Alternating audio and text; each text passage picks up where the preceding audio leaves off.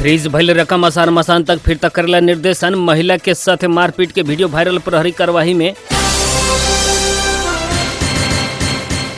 Tipper के ठक्कर से धादिंग में एक जने की मृत्यु। परसा के छिपरमाई में झूल के एक युवक कैलक आत्महत्या। WHO से बाहर भइल अमेरिका। अब भारत में कोरोना से एक दिन 482 जने की मृत्यु।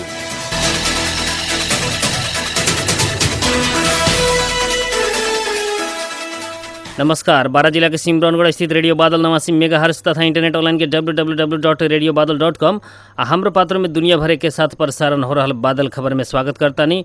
हम नूर आलम बादशाह। अब खबर विस्तार में। चालू आर्थिक वर्ष 2076-77 में खर्च न होके फ्रीज भइल रकम आसार मसांत तक राज्य के ढुकुटी में फिरता करेला महालेखा नियंत्रक के कार्यालय सभे कोष तथा लेखा नियंत्रक के कार्यालय के निर्देशन दिले बाटे।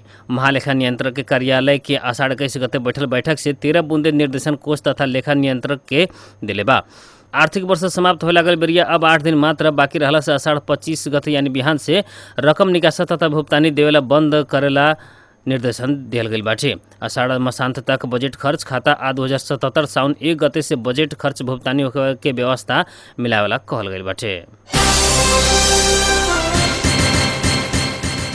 करनाली प्रदेश के रुकुम पश्चिम 8 बिस्कोट नगर पालिका में प्रहरी से एक महिला के निर्घात कूटपीट कल गई बाटे। जिला बाहर से आयल हेल्प डेस्क में प्रहरी के दुर्व्यवहार कल कहत महिला ऊपर कूटपीट कल गई बा।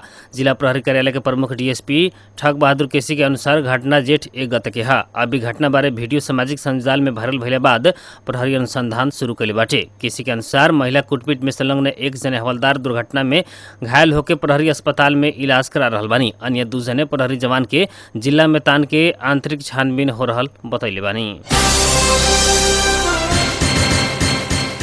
कांतिपुर टेलीविजन में प्रसारण होखे वाला कार्यक्रम व्हाट्स द फ्लॉप में मधेसी समुदाय के महिला पर अपमान करे वाला सामग्री प्रस्तुत कल कहत कार्यक्रम प्रस्तुता संदीप छेत्री विरुद्ध प्रहरी में जाहिरी पड़ल बाटे। यह 17 गते मधेसी महिला के नकल करके 7 वर्ष अंगीकृत नागरिकता के बारे में प्रसारण भइल कार्यक्रम के लेके परसा के 9 से युवा सब आज संयुक्त रूप में हुलाक मार्फत प्रहरी में जाहिरी दिले बानी। कार्यक्रम के प्रस्तुता संदीप छेत्री, मिठाई लाल यादव, कार्यकारी कार्यक्रम उत्पादक के तरफ से सूरज सिंह ठकुरी, प्रमुख संपादक समाचार तथा समसामयिक प्रशांत आर्याल के सार्वजनिक हित, सामाजिक सद्भाव आ नैतिकता विरुद्ध के कसूर कईल आरोप में कार्रवाई करे के मांग कल गेल बाटे। उजरीकर्ता सब कांतिपुर मीडिया ग्रुप के अध्यक्ष तथा प्रबंध निर्देशक कैलाश सिरोहिया आ निर्देशक स्वस्तिका सिहोरिया के समेत कार्रवाई करे के मांग कैले बा लोग। जाहिरी देवे वाला में अशोक कुमार कुशवाहा, ओम प्रकाश सराफ, ब्रिजेश्वर प्रसाद चौधरी, आंसू सराफ, लाल बाबू सिंह, किशन सराफ, अमिता शाह, श्याम कुमार सराफ आ ओम कुमार झा रहल बानी। जिला प्रहरी कार्यालय परसा से जाहिरी लेवेला स्वीकार कैला बाद हुलाक से जाहिरी दिहल गईल उ लोग के बतैले बानी। रौतहट के कटहरिया एक भसेड़वा में कठौतिया टोल के योगेंद्र दास के बेटा वर्ष 15 के आकाश दास के दहिना हाथ काटे के अवस्था भइल बाटे। विद्युत करंट ला के गंभीर घायल भइल दास के दाहिना हाथ जर के काम में न लागे वाला अवस्था में पुगल बा। करंट के कारण हाथ के रक्त संचार ही अवरुद्ध भइला से काटे के विकल्प न रहल। इलाज में संलग्न नेशनल मेडिकल कॉलेज बीरगंज के डॉक्टर विनोद कुमार राय जानकारी दिले बानी। गत 14 गते एतवार के झरना लेवे जंगल में गईल बेरिया जामुन तुरे ला गाछी में चढ़े के क्रम में 33 केवी विद्युत प्रसारण लाइन के तार में करंट ला के नीचे गिरल रहने। झरना लेवे संगे गईल उनकर छोट भाई 10 वर्षीय अविनाश दास चिलैला बाद झरना लेवे गईल और गांव के लोग के सहयोग में आकाश दास के एम्बुलेंस से इलाज खातिर नेशनल मेडिकल बीरगंज पहुंचैले रहे। धुनी बेसी नगर पालिका 9 रानी पौवा में दुर्घटना भइला से एक जने की मृत्यु भइल बाटे। काठमांडू से 9 बीसी तरफ आ रहल 4X3104 नंबर के टिपर से ठक्कर देला पर नागार्जुन नगर पालिका 3 काठमांडू के 30 वर्षीय महेश श्रेष्ठ के आज सवेरे घटनास्थल में ही मृत्यु भइल। जिला प्रहरी कार्यालय के प्रहरी नायब उपरीक्षक रूपक खड़का जानकारी दिले बानी। घटना बाद सवारी चालक फरार भइल बानी त प्रहरी सवारी साधन के नियंत्रण में लेल बाटे। रौतहट जिला के देवाही गोनाही नगर पालिका के एक जने वार्ड अध्यक्ष के बेटा ऊपर संघाती के आक्रमण भइल बाटे। नगर पालिका के वार्ड नंबर 2 के वार्ड अध्यक्ष राजकुमार शाह के बेटा ऊपर बीतल रात आक्रमण भइल बा।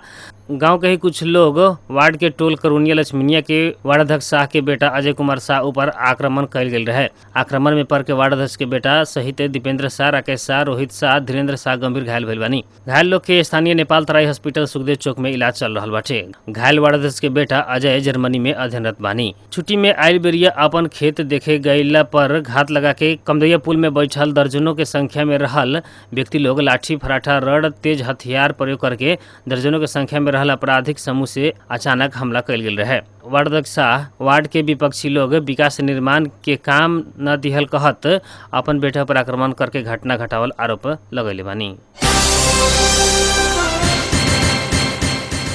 कोरोना वायरस के संतरास के कारण दुघेश्वर नाथ मेला प्रभावित भइल बाटे। परसा के पटोरा सुगौली गांवपालिका वार्ड नंबर 1 आराशी निकुंज अंतर्गत पड़े वाला पर्यटकीय स्थल दुग्धेश्वर नाथ महादेव मंदिर में लागे वाला सावने मेला ई वर्ष न लागे वाला मेला समिति जनैले बाटे। परसा राष्ट्रीय निकुंज आधा भार के सूचना अधिकारी सहायक वार्डन अशोक राम के अनुसार मेला समिति के 4 जने लोग बाहे के कोनो भी व्यक्ति के राष्ट्रीय निकुंज प्रवेश कर दिहल गईल नइखे।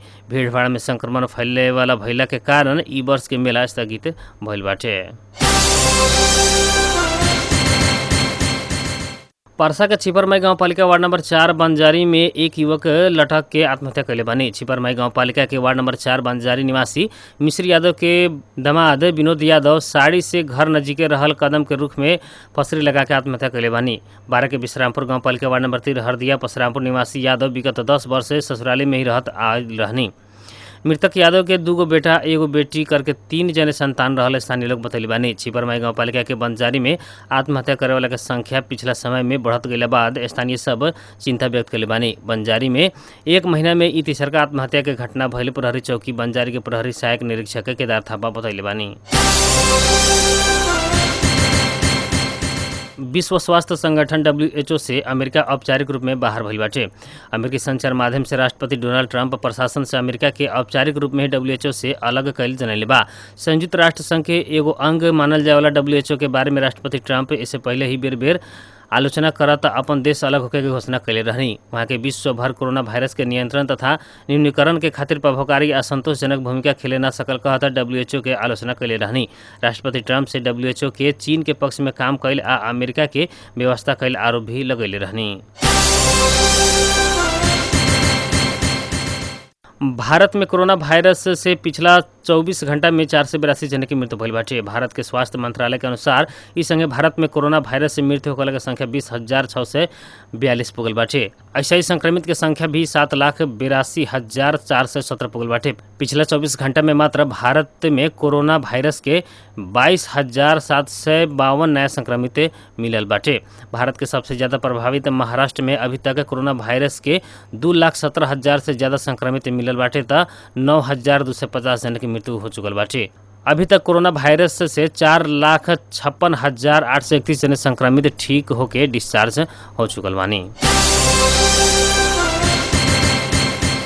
अब मौसम संबंधी जानकारी रेडियो बादल 89 मेगाहर्ट्ज द्वारा मापन कल गेल अनुसार सिमरौनगढ़ लगायत आसपास के क्षेत्र के अभी के न्यूनतम तापक्रम 33 डिग्री सेल्सियस रहल बा। ऐसे ही आज सवेरे 33 दोपहर 36 डिग्री सेल्सियस रहल रहे तो आज रात में 29 डिग्री सेल्सियस तापक्रम रहे का अनुमान कल गेल बा।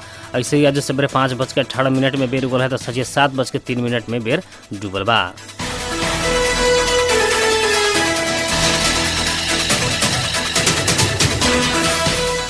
आज के खातिर बादल खबर इतने। जाते जाते प्रमुख खबर एक बार फिर से।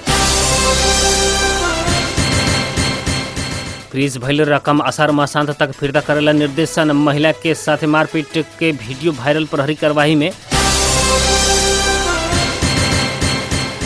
टिपर के ठक्कर से धादिंग में 1 जने की मृत्यु। परसा के छिपरमाई में झूल के एक युवक कैलक आत्महत्या।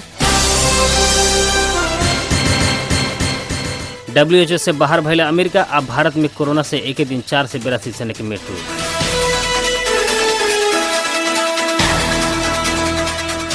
बारह जिला के सिमरौनगढ़ स्थित रेडियो बादल 89 मेगाहर्ट्ज तथा इंटरनेट ऑनलाइन के www.radiobadal.com हमरो पात्रों में दुनिया भर एक साथ प्रसारण हो रहा बादल खबर से प्राविधिक मित्र रुस्तम सहित हम नूर आलम बादशाह के विदा दी। नमस्कार।